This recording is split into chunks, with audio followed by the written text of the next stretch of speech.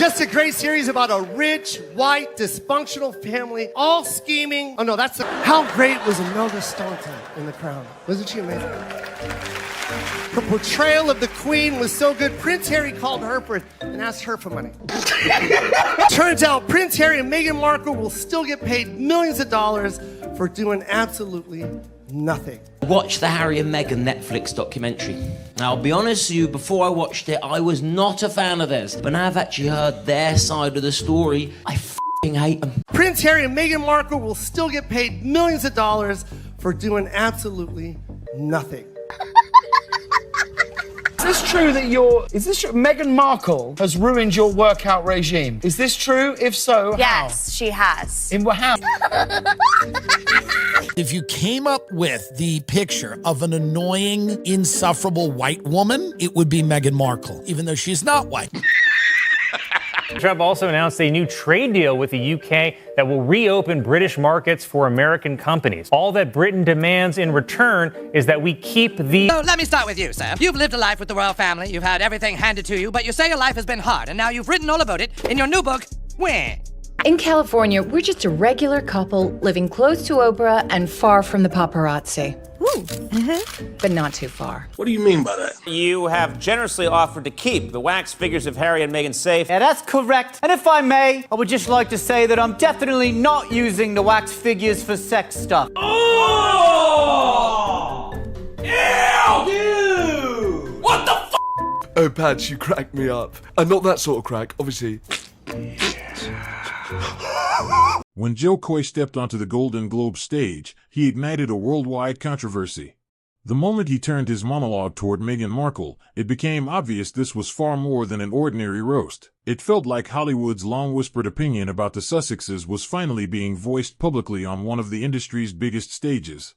To understand the backlash, we need to examine three key elements: the Golden Globes jokes that sparked the debate, the wave of celebrity comedians and television personalities who piled on afterward, and the deeper criticisms that explain why Meghan has become such a frequent target of satire.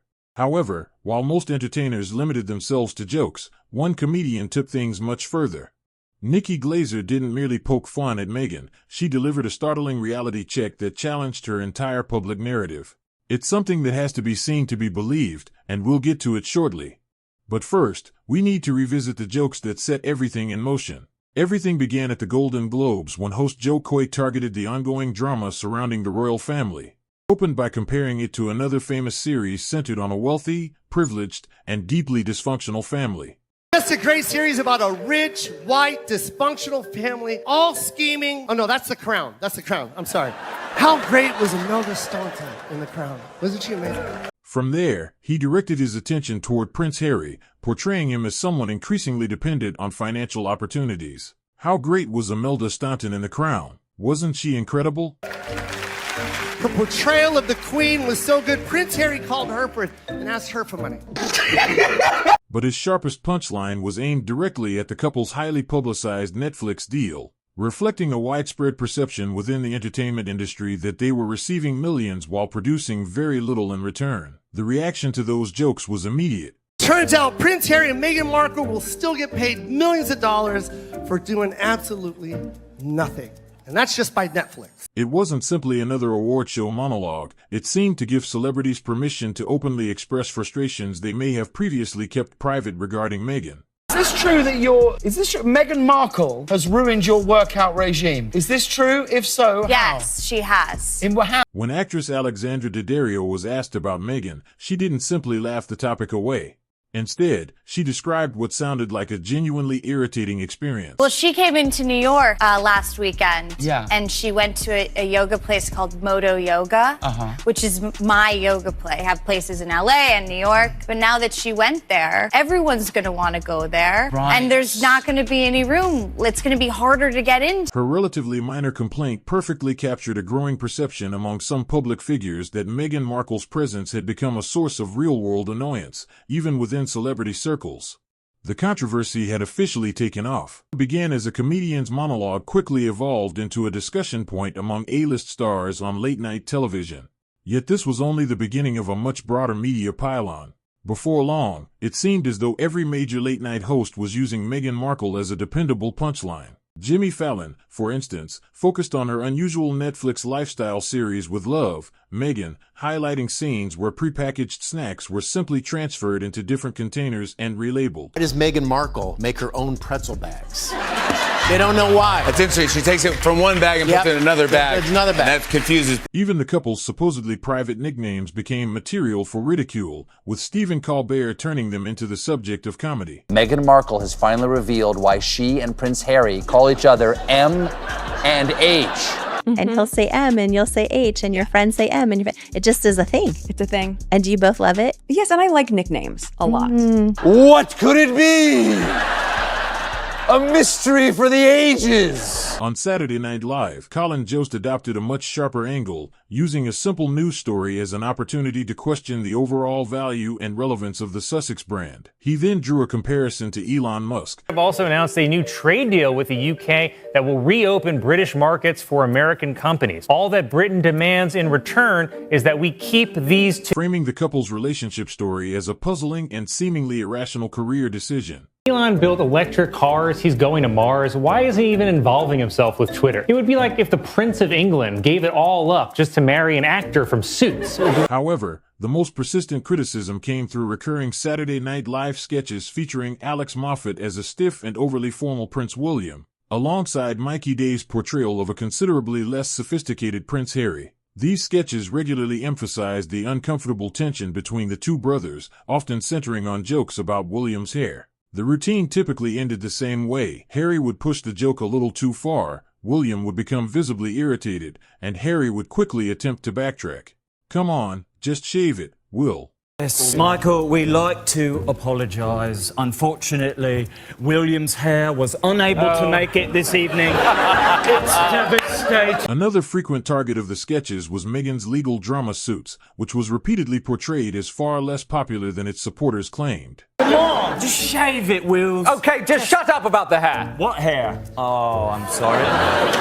I'm sorry. I made him mad. I love you. The comedians even joked that the series was so dull it could function as an effective sleep remedy. My brother's fiancée, Miss Meghan Markle, is on the American program Suits. Yes, Wednesdays, 8 p.m, USA Network. The only difference between that show and this is people watch this. The message coming from mainstream television was unmistakable. Every aspect of the couple's public image had become open territory for satire. But as mentioned earlier, one comedian was delivering a critique that went well beyond ordinary jokes. And we're getting closer to that moment. First, however, the mockery needed to reach its most exaggerated and surreal form. That brings us to the iconic British puppet satire Spitting Image, where its version of Harry introduced himself with an astonishing lack of self-awareness. Whenever the kids are being fussy and not going to bed, she puts on an episode of Suits and they're out. So,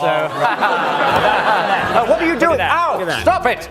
Stop! The program then mercilessly mocked his post-royal career path, suggesting he had discovered a way to earn substantial amounts of money through podcasting despite possessing no obvious qualifications or talents. Harry, Duke of Sussex, just a regular guy with a title like anyone else who's fifth in line to the throne. Throughout its sketches, Spitting Image consistently portrayed Harry as not only lacking ability but also as profoundly disconnected from everyday reality, excessively privileged, and unwilling to engage with the challenges faced by ordinary people. I'm here to tell my truth and make a ton of money out of podcasting, as I don't have any discernible talent. This image of laziness was frequently paired with another recurring joke, Harry's apparent inability to let go of the royal status he publicly claimed to have abandoned. Harry, you're such a moderate achiever. How do you stay at the top of the middle of your game? The show also targeted the couple's lucrative Netflix agreement, portraying it as little more than a straightforward money-making venture.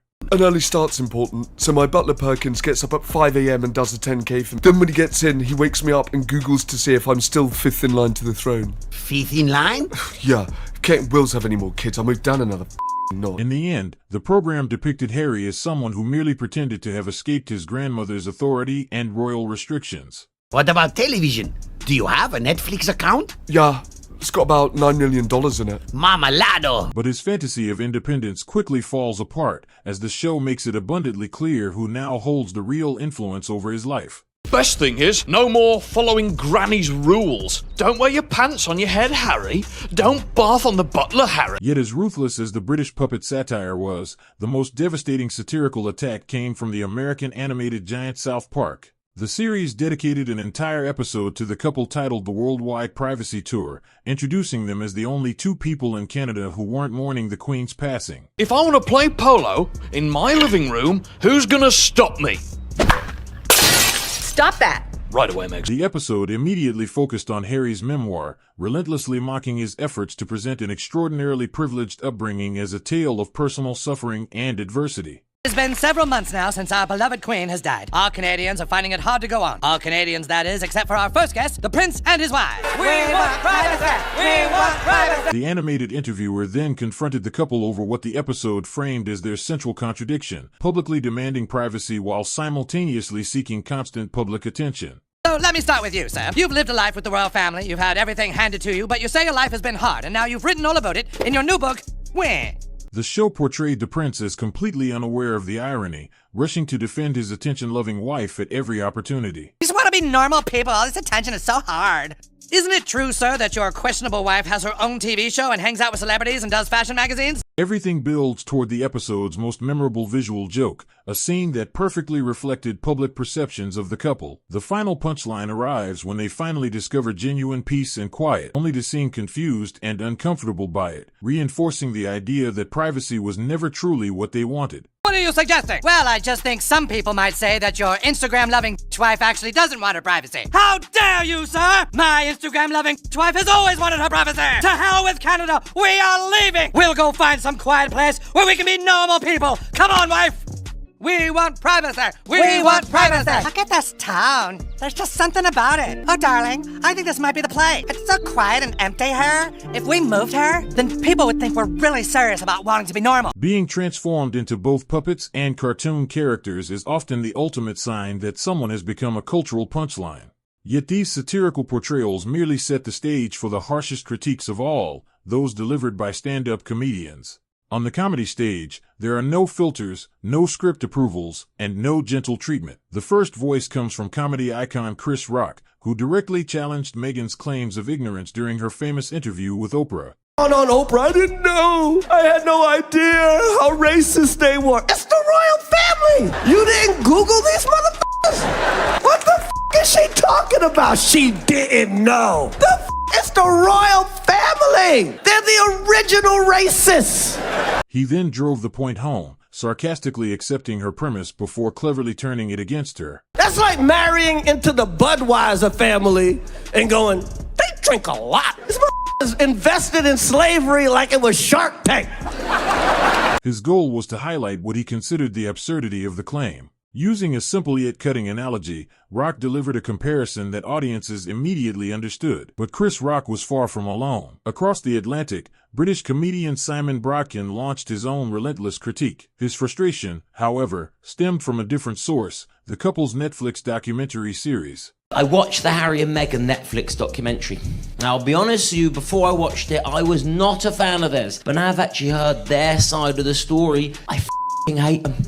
For Brodkin, it was the small, self-important details that felt particularly artificial, including the carefully crafted nicknames the couple used for one another. It started off and they're making interesting points about racism and misogyny. Then they start calling each other H&M, and I just thought, oh, do off. He was equally puzzled by some of Harry's dramatic descriptions of his life, believing they often made him appear unintentionally ridiculous. Let me quote you here. Me and M pulled the pin on a fun grenade. I actually started rooting for Prince Andrew. He also questioned the way ordinary royal traditions, such as performing a curtsy, were presented as uniquely traumatic or life-altering experiences. Harry says, how do you explain to someone who just started dating that they have to curtsy to your own grandmother? How do you explain that you bow to your grandmother and that you will need to curtsy, especially to an American? Like, that's weird. And I'm thinking, maybe just tell her that your grandmother is the Queen. But for Brodkin, the breaking point came when multimillionaires publicly complained about paying for their own security. In his view, that grievance erased whatever sympathy many people still had for them. They were complaining that to pay for their own security. They were not happy about that. Yeah, they were very worried about their safety, which I get that aspect of things. After 6 episodes, I wanted to attack. The verdict from the stand-up comedy world seemed unmistakable. Their story simply wasn't convincing. Yet even this was only the opening act before the final judgment. Now it's time to hear the reality check we promised earlier, delivered by comedian Nikki Glazer. Didn't marry him, she would be on The Bachelor this season, fighting for Prince. She would be Megan M. from Sherman Oaks barista. She's just got lots. Nikki Glazer's observation was particularly brutal because of its simplicity. Her argument suggested that if Meghan had never married a prince, she would be viewed as an ordinary person rather than a global celebrity. The implication was that, without the royal connection, she lacked the exceptional qualities needed to stand out on her own. While Glazer's criticism focused on talent and fame, political commentator Bill Maher explored a much deeper issue, offering a broader critique of the couple's overall public strategy. His central argument revolved around what he viewed as a fundamental contradiction, the desire to benefit from two opposing realities at the same time. They're ridiculous after that. They want it both ways. You know, you can't be, these people were so mean to us, poor us, and we don't want all this attention, and then let me write a book about how much we don't want attention. He contrasted their frequent public grievances with the stoic attitude displayed by the late Queen Elizabeth II, emphasizing what he considered a striking difference in resilience and perspective. You're just fragile. Just take a hint from the Queen, the recently departed. For Maher, this represented the core disconnect, the spectacle of extraordinarily privileged individuals seeking sympathy for circumstances that most people would consider highly fortunate. Never complain, never explain, and rarely be heard speaking in public. You're complaining about your hard life, and you're so privileged. It's just so weird. It's ridiculous. I totally agree. And I will not bend the knee and just go along with the nonsense. That's what's so annoying about them. The most of all, they insist that you go along with their nonsense and their insanity and their fragility. And that, ultimately, is what many critics believe lies at the heart of the controversy. The mockery isn't solely about comedy. It's a reaction to what some view as an inconsistent and unconvincing public image. So when everything else is stripped away, what does it all mean? The story surrounding Koy's Golden Globes monologue was never simply about one comedian telling jokes. It became a public examination of a narrative that many people no longer found persuasive. The broader lesson is that it is difficult to maintain a public image that appears disconnected from one's actions, because eventually that contradiction becomes impossible to ignore. The laughter heard throughout these clips, from Koy, Chris Rock, Nikki Glazer, and others, isn't merely a response to clever punchlines. To many observers, it reflects growing skepticism toward a story they no longer fully accept. The comedians aren't creating that narrative, they are responding to it. In many ways, they have become modern-day court jesters, delivering the verdict of public opinion. Which brings us to the final unavoidable question: after being publicly criticized and mocked on such a global scale, can Meghan and Harry successfully rebuild their public image?